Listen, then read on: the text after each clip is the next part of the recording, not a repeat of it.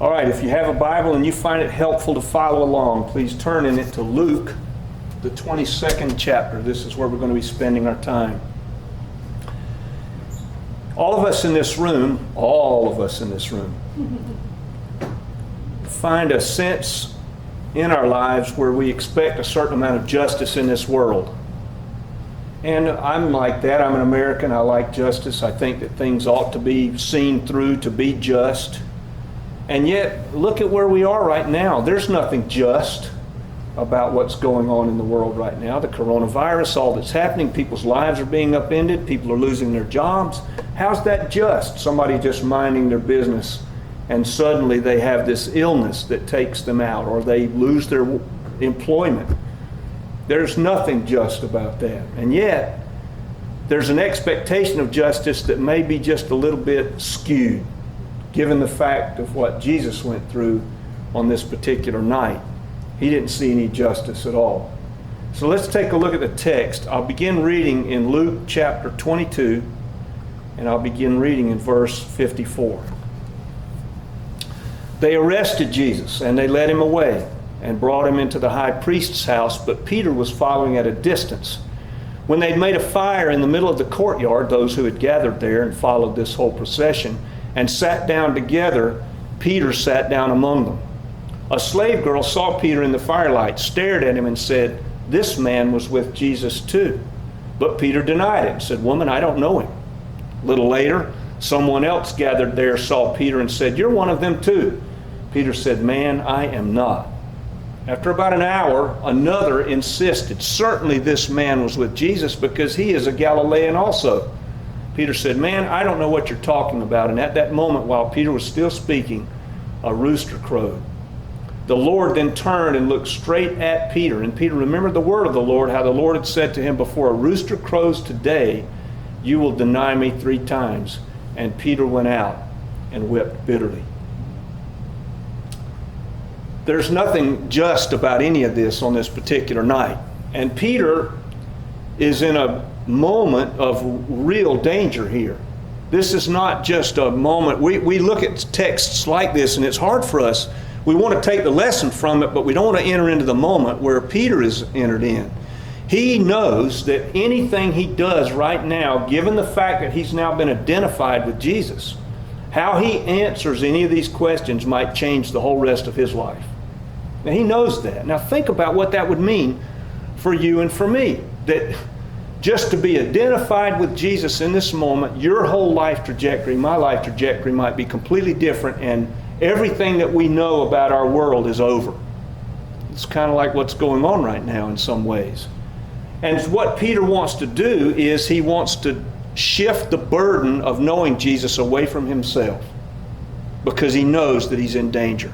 Have you ever been, or I have you ever been in just a kind of a mild social situation where in the moment of that social situation the name of Jesus comes up and you find yourself embarrassed by it?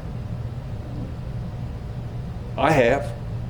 I found myself embarrassed by the fact that I'm a believer, and somebody in a crowd of people where we're doing something that has no connection whatsoever with Jesus or the gospel, but they bring it up. And in that moment, everybody becomes a little uncomfortable. I remember when I lived in Philadelphia, Randall Cunningham became a Christian. He was the quarterback for the Philadelphia Eagles during that period.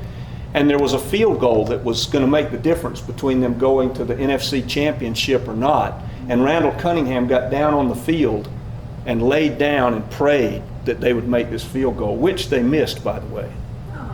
But I remember the next week at church, one of my friends who was a very devoted Christian, I mean, this guy was serious about his walk with Jesus, saying how inappropriate he thought that was, that Randall Cunningham should openly pray at that setting. He said, it's not the right place for that. Well, we've all known something like that in some way. And you look at Peter here, he's already fallen into temptation because he tried to cut the ear, he tried to kill the high priest's slave when they came to the garden to arrest Jesus. So Peter's already in a very conflicted place. Remember when they were back in the upper room and they were having the last meal, the Passover meal. He's warm, everybody, his friends are all there. He's got a full stomach. They've roasted the Passover lamb, They've all eaten their fill, and Jesus is starting now to teach them about how Passover's different now. And Peter says, "Oh, I'd go to my death for you, Jesus." Well, sure, you can say something like that when everything's going well. It's not hard at all. But something has changed now. And the thing that has changed is, this is very real. Peter sees what Jesus is going through, and he knows that how he behaves in these next few minutes could change his whole life. That's a very real thing. And it's hard for us, I think it is for me, to plug my mind into a place like that where being a believer means that much. I've never been in a spot like that in my life as a Christian. I don't know if any of you have. Maybe you have. But I've not. Things are different. Look at the world, how the world we live in inoculates us against that kind of being able to relate to Peter's danger. I mean, you go to McDonald's now, and it's got a big old label on it that says warning hot. The coffee cup says, don't be careful, there's hot stuff inside this cup, like you didn't know that when you bought the cup of coffee. Kitchen matches. Used to, you could take a kitchen match and you could throw it down on the ground real hard and it would light. Well, you can't do that anymore because that phosphorus on the end, they don't use that anymore because it was so easily lit. Kitchen matches are hard to light. I remember, speaking of Peter being caught up in something which he would like to pull himself away from and being involved with Jesus and now being in trouble because he's involved and trying to figure out some way to get out of it, I remember something just like this in the 7th grade. Kitchen matches remind me of this. When I was a kid, people used to make what was called a smoker. You may not have any idea what that is. There are pins still today that you take apart in 2 halves, right? And you pull the little plastic reed out that's got the ink in it, and what's left is a spring in the bottom and the click button at the top. What you could do is you could take a finish nail and stick it down through the spring. The head would catch the spring, but the point would stick out where the ink pen used to stick out. You would put a kitchen match inside the upper part of the pen barrel upside down and screw the thing back together. You pull the nail out, and when the nail hit the end of the kitchen match, it would light inside the pen. But there's not enough air in there for it to burn, so it would smoke. And so I'm sitting there in the 7th grade, and the kid behind me, I'm not going to say his name because somebody in here might know him, set one of these things off. Well, I'm just sitting there minding my business. He'd been showing it to me, and I'd never seen one of these things before. He set the thing off, and all of a sudden I'm sitting in a big cloud of smoke, and the teacher, of course, sees the cloud and comes back and says, "Which one of you did that?" I rightly said, "I didn't do that." Kid behind me says, "I didn't do that." Both of us get up. He says, "Get up," and he takes us both to the principal's office, which in that day was a very serious thing. Nowadays, people go to the principal's office and it's like a badge of honor that you went to the principal, but back then it was a big deal because you were afraid they would call your parents. Went in the principal's office. Principal was shrewd. He'd been around enough 7th graders to know that he could get the truth out if he wanted it. So he said, "Let me smell your fingers." So I gave him, and all he smelled on my fingers were fingers. The other kid, he said, "Let me smell your fingers." He said, "You smell like matches to me." Kid said, "I didn't do it." I said, "I didn't do it." He said, "Okay, both of you lean over on the desk." And I knew what that meant, and so he put it to us. So I can understand what Peter's involved in here. He's in trouble, and he knows that if he could just separate himself from Jesus, that he's going to be better off. That's only part of Peter's problem. The other part of Peter's problem is, this is the Messiah. Remember in Matthew chapter 16, you can read it for yourself at your leisure. Jesus has got the 12 there, and he says to them, "Who do people say I am?" And some of them said, "Well, some people say you're Elijah, come back. Some people say you're John the Baptist, come back from the dead." And then Jesus looks at Peter and says, "But who do you say I am?" Peter says, "You are the Messiah, the Son of the living God." And Jesus says, "Flesh and blood didn't reveal that to you, but my Father who's in heaven." Well, here's Peter, and the Son of God is standing in front of the very people who ought to be rallying behind the Jewish Messiah, gathering the armies to throw Rome off. And they're the ones that have arrested him. So Peter is looking at this utterly confused and scared too. Everything is upside down. This is what C.S. Lewis calls the Shadowlands. And that's where we now live, in the Shadowlands. We're halfway between heaven and earth. We live with one foot on this earth, with all the concrete things that we have to encounter, the hard edges of earth, the virus, sickness, income needs, family members' needs, all of that. And then the other foot's in heaven that we can't see. That's where we live. And Peter is there right now. But there's one advantage you and I have Peter doesn't have. And that is the Spirit of God lives inside of us. Peter didn't have that. He's still just Peter, one of the disciples who's followed this guy around for 3.5 years and who thinks this is the Jewish Messiah who's going to throw Rome off, conquer everybody, and make Jerusalem once again the center of the world. And now that person is under arrest. Just imagine how that would look to you and to me. The difference is, of course, once the Spirit of God lives in us, we then have an appetite for God. And that appetite for God carries a lot of weight. You and I are so used to it that we don't realize the weight that it carries. But just think of it this way, all right? You got Peter. Peter, in the other gospel that records this moment in the garden and in the courtyard there at the high priest's house, says that the last person who asked Peter said, I think you were one of them too. Peter cussed when he answered the person. You know how that is today, right? If you want to really mean something, oh, that person cussed. They must really mean what they're saying, right? So Peter cussed at that moment. He cursed, it says in the scripture. But that same person who cursed wrote these words. Listen very carefully. Peter says, Blessed be the God and our Father of our Lord Jesus Christ. By his great mercy, he gave us a new birth into a living hope by the resurrection of Jesus Christ from the dead. That is an inheritance which is imperishable, undefiled, and unfading, reserved in heaven for you and me, who by God's power we are protected through faith for a salvation ready to be revealed at the last time. This brings us great joy, although we may have to suffer trials for a short time. Such trials show the proven character of our faith, which is more valuable than gold, gold that's tested by fire, even though it is passing away, and it will bring praise and glory and honor when Jesus Christ is revealed. Peter wrote that. He's the one who cussed at the fireside when he was asked, weren't you with him? His appetite for God made him write that. This appetite for God covers a lot. Here we are in this moment in history when everything, I got to tell you, for me, the world looks upside down. I'm looking at my work, I'm looking at my employment, I'm looking at the future, and I'm saying, how can any good come out of this? That the whole economic system is being shut off. It's like somebody just reached in and turned the lights off in the American life. We've closed America. Think of what that means. But I got to be honest and say, that doesn't affect my appetite for a relationship with God at all.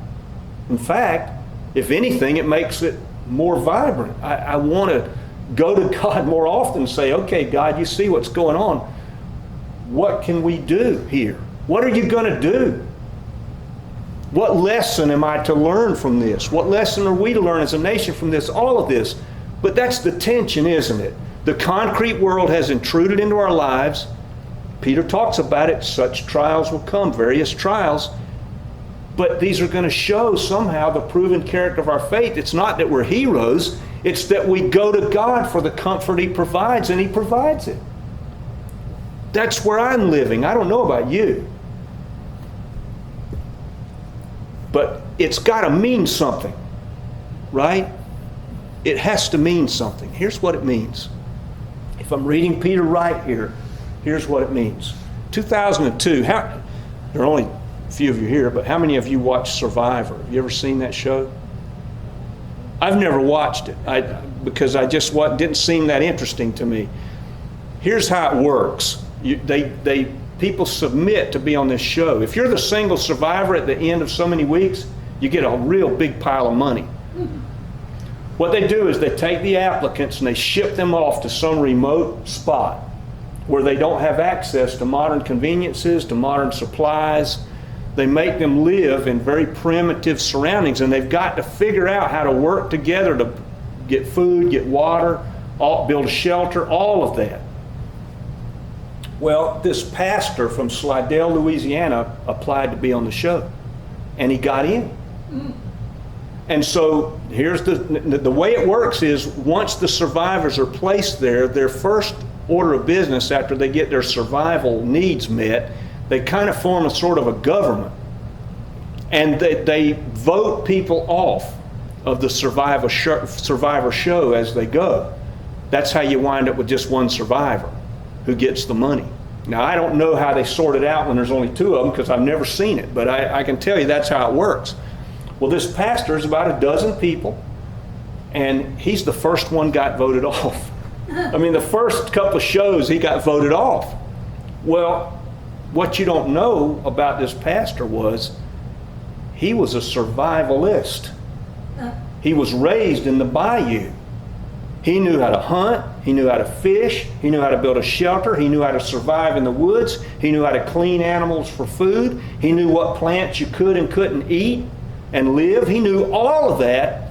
So you would think that this guy would be really valuable to be with the group, because these are a bunch of office workers who are now trying to survive in the wilderness, but he was the first one to go. Why?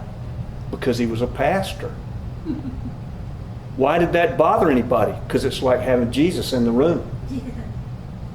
And so they didn't want that. Jesus is in the room, let's get rid of him. That's where Peter is right now. Peter is looking at this whole thing and saying, if I don't make the right decision here about what I say, I could wind up standing in front of the Sanhedrin with Jesus. And then if the Romans get involved, they had no tolerance whatsoever for any kind of unrest. If the Romans get involved, they're going to kill us. Peter knows all that. Martin Luther, the great reformer from the 16th century, said something very interesting. Think about it for yourself, and as I think about it for myself. He said, we all carry the nails of the cross in our pockets. And we do. We're going to find injustice in this world. All of us are. We are all going to meet injustice in some way. Think about if you were a believer in Iran.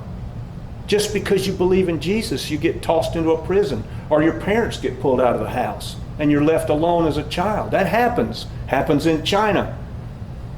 We're going to feel like that this world is just conspiring to fight us at every turn. I have days like that, don't you? You get up. I don't know what you do in the morning. My first business in the morning is to take care of the dogs. My next business is to make myself a cup of coffee. So I get up and I get the coffee thing out of the freezer and I spill it in the floor. Now I got coffee grounds to sweep up. I didn't need that. And then the day goes forward and stuff like that, or I look and I'm walking through the house and I step in something the dog has left for me overnight. I didn't need that either. And then as the day goes on, stuff happens. My truck, something goes wrong. My truck happened to me just a few weeks ago, just quit in an intersection, in the middle of the intersection. And everybody's standing on their horns. You know, I'm just saying, why does this have to happen? It's not right. And it's not. It's unjust. And if one of us contracts the coronavirus, that's unjust too. So there's injustice in this world. Peter says it. We're going to face various trials.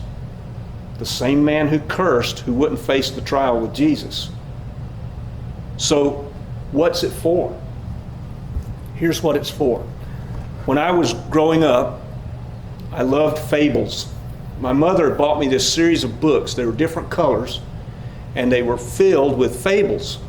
It was the children's reader's collection. I don't know where she got it, but it was great. A big set of them. I mean, I read through the whole of these books. They were all fables and fantasies like Aladdin and Cinderella and all of these various stories, the Christmas Carol. And so I read them. And one of them was one of these fables that I've appreciated is this one. It's a short fable. Has to do with two water pots. And these water pots, you know, in a fable, there are conditions. If you don't show up at a certain time, you're going to turn into a grapefruit. If you're not here at a certain time, hair is going to grow out of every part of your body. Or if you're not here at a certain... So in this fable, the condition is the water pots are alive and they can speak. And so there's this servant who bears these water pots twice a day. This is way back in history when you went out and got water for the household twice a day. He has them on the end of a pole that he puts on his shoulders because they're big pots. And he goes down to the river every morning, first thing, gets water for the household for the morning, brings it back. Then after lunch he goes and does the same thing so they'll have water for the evening. Well, he's on his way down to the river. One of the pots has a crack, and the crack runs down about halfway. And so as he fills the pots and puts them on the pole and walks back, the one that's cracked drains half of its water back on the way. So one day he goes down to the river and the cracked pot says to him, "Why are you using me as a pot? I'm a worthless pot. Half my water is drained out before you can get home every day. Why don't you just replace me with a pot that holds the water like my friend on the other end of the pole who holds his water all the way to the house?" Well, the servant said, "All right, when we're on our way back home, as you're on the end of the pole, I want you to look down." And so the pot looks down and sees, plants growing alongside of the road, doesn't think anything about it. They get back to the house. The pot says, "I looked down, I saw the plants there. I don't understand." The servant says, "The reason I don't replace you as the cracked pot is because if you looked down, you saw those wildflowers. Those wildflowers are the flowers that I bring to the master's table every morning. You've been watering them all these years. If you weren't cracked, there would be no wildflowers." So for you and me, we're full of cracks. Full of cracks. And there are places in us that were they not cracked, we would not be available to help and be there for other people who are full of cracks too. There are a lot of cracked people looking at you and me, hoping they can find cracks so that they'll be able to identify with us. When we bring the gospel as a cracked vessel, people will listen to us because they know that we're just as they are. The only difference is we've asked for mercy. That means a lot. That's why injustice is important in this world, because it makes for cracks where God can use us. I don't know if I've said anything about which you've got a question, you want to pray with me.